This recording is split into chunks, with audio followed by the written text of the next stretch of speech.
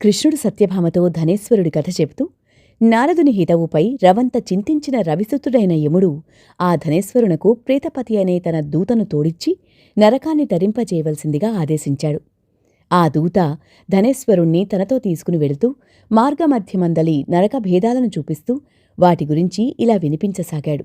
ఓ ధనేశ్వర, మరణించిన వెంటనే పాపకర్ములు ఇక్కడ కాల్చబడిన శరీరములు కలవారై దిక్కులు ప్రక్కలయ్యేలా రోదించుతూ ఉంటారు. దీనినే తప్తవాలుక నరకం అంటారు. వైశ్వదేవ పరులైన అతిథులను పూజించనివారు, గురువులను, అగ్నిని, బ్రాహ్మణులను, గోవును, వేద విధులను, యజమానిని కాళ్లతో తన్నిన వారి పాదాలు మా యమదూతలు ఎలా కాల్స్తున్నారో చూడు. అంధతా మిశ్రము అనే నరకంలో సూదిమొనల వంటి భయంకర ముఖాలు కలిగిన పురుగులు పాపాత్ముల శరీరాలను తొలిచివేస్తూ ఉంటాయి. ఇది 16 రకములుగా కుక్కలు, గద్దలు, కాకులు మొదలగు పక్షిజంతు సమన్వితమై ఉంటుంది. పరుల రహస్యాల్ని భేదించే పాపాత్ములందరూ ఈ నరకంలోనే దండింపబడుతుంటారు. క్రకచము అనే పేరుగల నరకం 3వది. ఇక్కడ పాపాత్ములను అడ్డంగానూ, నిలువుగానూ, ఏటవాలుగానూ, సమూలంగానూ, అంగాంగాలుగానూ రంపాలతో కోస్తుంటారు. 4 నరకధోరణి అయిన దీనినే అసిపత్రవనం అంటారు. భార్యాభర్తలను, తల్లిదండ్రుల నుండి సంతానమును ఎడబాపులు చేసే పాపులంతా ఈ నరకానికి చేరి నిలువెల్లా బాణాలతో గుచ్చబడి అసిపత్రాలచే శరీరాలు చించబడి ధారలుగా కారే నెత్తుటి వాసనకు వెంటబడి తరిమే తోడేళ్ల గుంపులకు భయపడి పారిపోవాలని పరుగులు తీసి పారిపోయే దిక్కులేక పరితపిస్తూ ఉంటారు. చంపుట, భేదించుట మొదలగు విధులతో ఈ నరకం 6 రకాలుగా ఉంటుంది. 16 రకాలుగా దండించేది, పరస్త్రీలను ద్రవ్యాన్ని హరించేవాళ్లు, పరాపకారులు అయిన పాపులు ఉండేది కూటశాల్మలీ నరకం. రక్తపూయమనే ఈ విభాగం 6వ నరకం. ఇక్కడ పాపాత్ములు తలక్రిందులుగా వేళ్లాడుతూ యమకింకరుల చేత దండించబడుతూ ఉంటారు. ఎవరైతే తమ కులాచార రీత్యా తినకూడని వస్తువులు తింటారో, పరులను నిందిస్తారో, చాడీలు చెబుతుంటారో వారంతా ఈ నరకంలోనే ఉంటారు. మొట్టమొదట నీకు విధించబడినది ఘోరాతి ఘోరమైనది, నరకాలన్నిటిలోకి నికృష్టమైనది అయిన ఈ కుంభీపాకమే 7వ నరకం. దుష్ట ద్రవ్యములు, దుర్భరాగి కీలలు, దుస్సహ దుర్గంధాలతో కూడి ఉంటుంది. నరకాలలో 8వదైన ఈ రౌరవం దీర్ఘకాలికమని తెలుసుకో. ఇందులో పడినవారు కొన్ని వేల సంవత్సరముల దాకా బయటపడలేరు. ధనేశ్వర, మన ప్రమేయం లేకుండా మనకి అంటిన పాపాన్ని శుష్కమని, మనకు మనమై చేసుకున్న పాపాన్ని అర్ధమని అంటారు. ఆ 2 రకాల పాపాలు కలిపి 7 విధాలుగా ఉన్నాయి. 1 అపకీర్ణం, 2 పాంక్తేయం, 3 మలినీకరణం, 4 జాతి భ్రంశం, 5 ఉపవీతకం, 6 అతిపాతకం, 7 మహాపాతకం. ఈ పరిదృశ్యమానులైన నరుల చేత ఉపరి 7 రకాల నరకాలు వరుసగా అనుభవింపబడుతూ ఉంటాయి. కాని నువ్వు కార్తీక వ్రతస్థులైన వారి సాంగత్యం ద్వారా పొందిన అమిత పుణ్యం కలిగిన వాడవు కావడం వలన ఈ నరకాలను కేవల దర్శనమాత్రంగానే తరించగలిగావు. పై విధంగా చెబుతూ యమదూత అయిన ప్రేతాధిపతి అతన్ని యక్షలోకానికి చేర్చాడు. అక్కడ అతడు యక్షరూపుడై కుబేరునకు ఆప్తుడై ధనయక్షుడనే పేరు పొందాడు. విశ్వామిత్రుడు అయోధ్యలో ఏర్పరిచిన ధనయక్ష తీర్థం ఇతని పేరు మీదనే సుమా. అందువలన సత్యభామ, పాపహారిణి, శోకనాశిని అయిన ఈ కార్తీక వ్రత ప్రభావం వల్ల మానవులు తప్పనిసరిగా మోక్షాన్ని పొందగలరు అనడం ఏమాత్రమూ అతిశయోక్తి లేదు అని సత్యభామకు చెప్పినవాడై శ్రీకృష్ణుడు సాయం సంధ్యానుష్ఠానార్థమై స్వీయ గృహానికి వెళ్ళాడని సూతుడు ఋషులకు ప్రవచించాడు. సూతుడు ఋషులతో, ఈ కార్తీక మాసం పాపనాశిని, విష్ణువుకి ప్రియకరి, వ్రతస్థులకు భుక్తి ముక్తి రాయిని అయి ఉంది. కల్పోక్త విధిగా ముందుగా విష్ణు జాగరణము, ప్రాతస్నానము, తులసీ సేవ, ఉద్యాపనము, దీపదానం అనే ఈ 5 కూడా కార్తీక మాసంలో ఆచరించిన వారు ఇహాన భుక్తిని పొందుతున్నారు. పాపాలు పోవాలన్నా, దుఃఖాలు తీరాలన్నా, కష్టాలు కడతేరాలన్నా కార్తీక వ్రతాన్ని మించినది మరొకటి లేదు. ధర్మార్థకామ మోక్షాలు 4 కోసము ఈ కార్తీక వ్రతం ఆచరించవలసి ఉంది.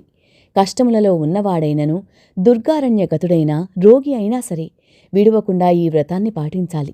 ఎటువంటి ఇబ్బందులు కలిగినా సరే వ్రతాన్ని మానకుండా శివాలయంలోనో, విష్ణువాలయంలోనో హరిజాగరాన్ని ఆచరించాలి. శివ విష్ణు దేవళాలు చేరువులో లేనప్పుడు రావి చెట్టు వద్ద గాని, తులసీవనంలో కానీ వ్రతం చేసుకునవచ్చును. విష్ణు సన్నిధానంలో విష్ణు కీర్తనలు ఆలపించేవాళ్లు సహస్రగోదాన ఫలాన్ని, వాద్యాలు వాయించేవాళ్లు అశ్వమేధ ఫలాన్ని, నర్తకులు సర్వతీర్థాల స్నాన ఫలాన్ని పొందుతారు. ఆపదలలో ఉన్నవాడు, రోగి, మంచినీరు దొరకినవాడు, వీళ్ళు కేశవనామాలతో లాంఛనమార్జనమాచరించితే చాలు. వ్రతోద్యాపనకు శక్తి లేని వాళ్ళు బ్రాహ్మణులకు భోజనం పెడితే సరిపోతుంది. అవ్యక్తరూపిణో విష్ణోః స్వరూపో బ్రాహ్మణో భువి. శ్రీ మహావిష్ణువు యొక్క స్వరూపమే బ్రాహ్మణుడు. కావున కార్తీకమందు బ్రాహ్మణుణ్ణి సంతోషపరచడం చాలా ప్రధానం. అందుకుగాను శక్తిలేని వాళ్ళు గోపూజ చేసినా చాలు. ఆ పాటి శక్తైనా లేనివాళ్లు రావి మర్రి వృక్షాలను పూజించినంత మాత్రం చేతనే వ్రతాన్ని సంపూర్తి చేసిన ఫలాన్ని పొందగలుగుతారు. దీపదానం చేసే స్తోమత లేనివారు, దీపారాధనకైనా తాహతు లేనివారు ఇతరులచే వెలిగించబడిన దీపాన్ని ప్రజ్వలింపచేసి గాలి మొదలైన వాటి వలన అది కొండెక్కకుండా పరిరక్షించినా కూడా పుణ్యం పొందుతారు. పూజకు తులసి అందుబాటులో లేనివారు తులసికి బదులు విష్ణుభక్తుడైన బ్రాహ్మణుణ్ణి పూజించాలి అని చెప్పాడు. సూతుడు చెప్పింది విని ఇతర వృక్షములన్నింటికంటే కూడా రావి మర్రి వృక్షాలు మాత్రమే గోబ్రాహ్మణతుల్య పవిత్రతని ఎలా పొందాయి అని అడిగారు ఋషులు. దానికి సూతుడు, పూర్వమొకసారి పార్వతీ పరమేశ్వరులు మహాసురత భోగంలో ఉండగా కార్యాంతరం వెళ్లిన దేవతలు అగ్ని కలిసి బ్రాహ్మణ వేషధారులై వెళ్లి ఆ సంభోగానికి అంతరాయం కలిగించారు. అందుకు కినిసిన పార్వతీదేవి, సృష్టిలోని క్రిమికీటకాదులు సైతం సురతములోనే సుఖపడుతూ ఉన్నాయి. అటువంటిది మీరు మా దంపతుల సంభోగ సుఖాన్ని చెడగొట్టారు. నాకు సురత సుఖ భ్రంశాన్ని పాటించిన మీరు చెట్లై పడి ఉండండి అని శపించింది. తత్కారణంగా దేవతలంతా వృక్షాలుగా పరిణమించవలసి వచ్చింది. ఆ పరిణామంలో బ్రహ్మ పాలాస వృక్షంగానూ, విష్ణువు అశ్వత్థంగానూ, శివుడు వటంగానూ మారారు. బ్రహ్మకు పూజార్హత లేదు. జగదేక పూజనీయులైన శివకేశవ రూపాలు కనుకనే రావి మర్రి వృక్షాలకు అంతటి పవిత్రత కలిగింది. వీటిలో రావి చెట్టు శని దృష్టికి సంబంధితమైన కారణంగా శనివారం నాడు మాత్రమే పూజనీయమైంది. ఇతర వారాలలో రావి చెట్టును తాకరాదు సుమా అంటూ చెప్పడాన్ని ఆపాడు సూతుడు. సూతప్రోక్తమైన విషయాలను విని ఋషులు, ఓ మునిరాజా, రావి చెట్టు ఎందువల్ల అంటరానిదయింది? శనివారం నాడు మాత్రమే ఎందుకు పూజనీయతను పొందింది అని ప్రశ్నించగా సూతర్షి, రావి చెట్టు దరిద్రదేవత. పూర్వం క్షీరసాగర మథనంలో లభించిన అనేక వస్తువుల్లో లక్ష్మిని, కౌస్తుభాన్ని శ్రీహరికి సమర్పించి తక్కిన సంపదనంతా దేవతలు తీసుకున్నారు. శ్రీహరి శ్రీదేవిని పెండ్లి చేసుకోదల్చాడు. కాని శ్రీదేవి, ఓ నారాయణ, నాకన్నా పెద్దది నా అక్కయ్య ఉంది. ఆ జ్యేష్ఠకు పెళ్లి కాకుండా కనిష్టనైన నేను కళ్యాణమాడ్డం పాడి కాదు కనుక ముందు ఆమె మనువుకై సంకల్పించమని కోరింది. ధర్మబద్ధమైన ఆమె మాటల్ని అంగీకరించి విష్ణువు ఉద్దాలకుడనే మునికి జ్యేష్ఠాదేవిని సమర్పించాడు. స్థూలవదన, అశుభ్రరదన, అరుణరేత్రి, కఠిన గాత్రి, బిరుసు శిరోజాలు కలిగిన జ్యేష్ఠాదేవిని ఉద్దాలకుడు తన ఆశ్రమానికి తెచ్చుకున్నాడు. నిరంతర హోమ ధూమ సుగంధాలతోనూ వేదనాదాలతోనూ నిండిన ఆశ్రమాన్ని చూసి పెద్దమ్మ దుఃఖిస్తూ, ఓ ఉద్దాలక, నాకీ చోటు సరిపడదు. వేదాలు ధ్వనించేది, అతిథి పూజా సత్కారాలు జరిగేవి, యజ్ఞయాగాదులు నిర్వహించబడేవి అయిన స్థలాలలో నేను నివసించను.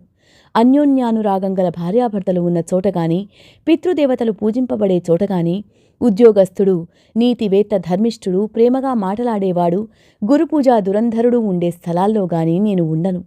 ఏ ఇంటిలో అయితే రాత్రింబవళ్ళు ఆలుమగలు దెబ్బలాడుకుంటూ ఉంటారో, ఏ ఇంట్లో అతిథులు నిరాశతో ఉసూరుమంటారో, ఎక్కడైతే వృద్ధులకు, మిత్రులకు, సజ్జనులకు అవమానాలు జరుగుతూ ఉంటాయో, ఎక్కడైతే దురాచారాలు, పరద్రవ్య పరభార్య పహరణ శీలురైన వారుంటారో అలాంటి చోటులోనైతేనే నేను ఉంటాను. కళ్ళు తాగేవాళ్లు, గోహత్యలు చేసేవాళ్లు, బ్రహ్మహత్యాది పాతక పురుషులు ఎక్కడ ఉంటారో నేనక్కడ ఉండడానికే ఇష్టపడతాను అంది. ఆ మాటలకు వేదవిధుడైన ఆ ఉద్దాలకుడు కించిత్తు నొచ్చుకున్నవాడై, ఓ జ్యేష్ఠ, నీవు కోరినట్టుగా నీకు తగిన నివాసస్థానాన్ని అన్వేషించి వస్తాను. అంతవరకు నువ్వీ రావి చెట్టు మొదట్లోనే కదలకుండా కూర్చోమని చెప్పి బయలుదేరి వెళ్లాడు. భర్తాజ్ఞ ప్రకారం జ్యేష్ఠాదేవి రావి చెట్టు మొదల్లోనే అలాగే ఉండిపోయింది. ఎన్నాళ్లకీ ఉద్దాలకుడు రాకపోవడంతో పతివిరహాన్ని భరించలేని పెద్దమ్మ దుఃఖించసాగింది. ఆమె రోదన్లు వైకుంఠంలో ఉన్న లక్ష్మీనారాయణుల చెవులలో పడ్డాయి. వెంటనే లక్ష్మి తన అక్కగారిని ఊరడించవలసిందిగా విష్ణువుని కోరింది. విష్ణువు కమలాసమేతుడై జ్యేష్ఠాదేవి ఎదుట ప్రత్యక్షమై ఆమెని ఊరడిస్తూ, ఓ జ్యేష్ఠాదేవి, ఈ రావి చెట్టు నా అంశతో కూడి ఉంటుంది కనుక నువ్వు దీని మూలంలోనే స్థిరనివాసం ఏర్పరచుకుని ఉండిపో. ప్రతి ఏటా నిన్ను పూజించే గృహస్థులయందు లక్ష్మి నివసిస్తూ ఉంటుంది అని చెప్పాడు. ఆ నియమాలతోనే ప్రతి శనివారం రావి చెట్టు పూజనీయగాను అక్కడ జ్యేష్ఠాదేవిని షోడశోపచార విధిని అర్చించే స్త్రీల పట్ల శ్రీదేవి అమిత కరుణాకలితయై అనుగ్రహించేటట్లున్నూ ఏర్పరచాడు శ్రీహరి అని వివరించాడు సూత మహర్షి. 29వ రోజు బహుళ చతుర్దశి పారాయణం సమాప్తం.